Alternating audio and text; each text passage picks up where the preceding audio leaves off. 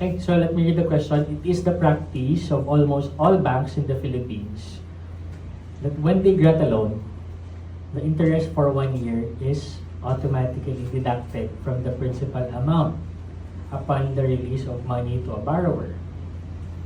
Let us therefore assume that you applied for a loan. So nag-apply ka sa loan with a bank.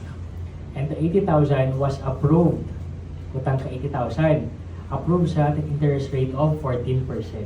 Of which 11,200 was deducted. And you were given a check of 68,800 pesos. Since you have to pay the amount of 80,000 1 year after, what then will be the effective interest rate?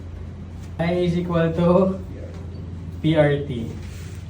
Okay, so ang question din daw, ang I mo is, interest mo ari, 11,200, ano? Ang muna naging deduct na already. So, ano yung pagka-annuited siya actually?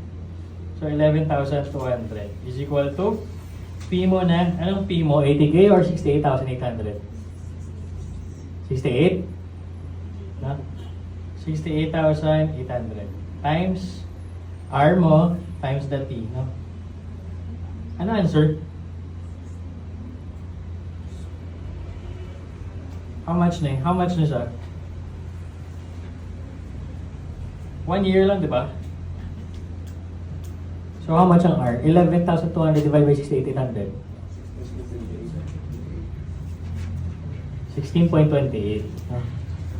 11,2 divided by 68,800.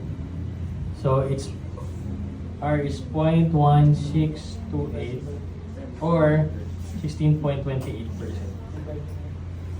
Ang present worth niya nga daan is sampal niya, it's the 68,800 na. Ang muna nang na-receive mo, di ba? That's what you receive, 68,800 at the moment. Okay, tapos ang interest mo is 11,2. Yan. So medyo na-confused lang ako. You might be thinking na, ano ba po? The effective rate of interest wala na formula, no? Okay, medyo intimidating nga siya kay mahaba sa.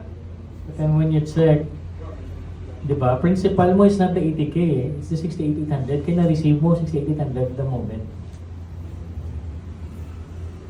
Okay, so medyo actually ang 14%, medyo hindi siya relevant sa problem yan eh. Kaya hindi naman siya used sa equations or sa problem solving natin.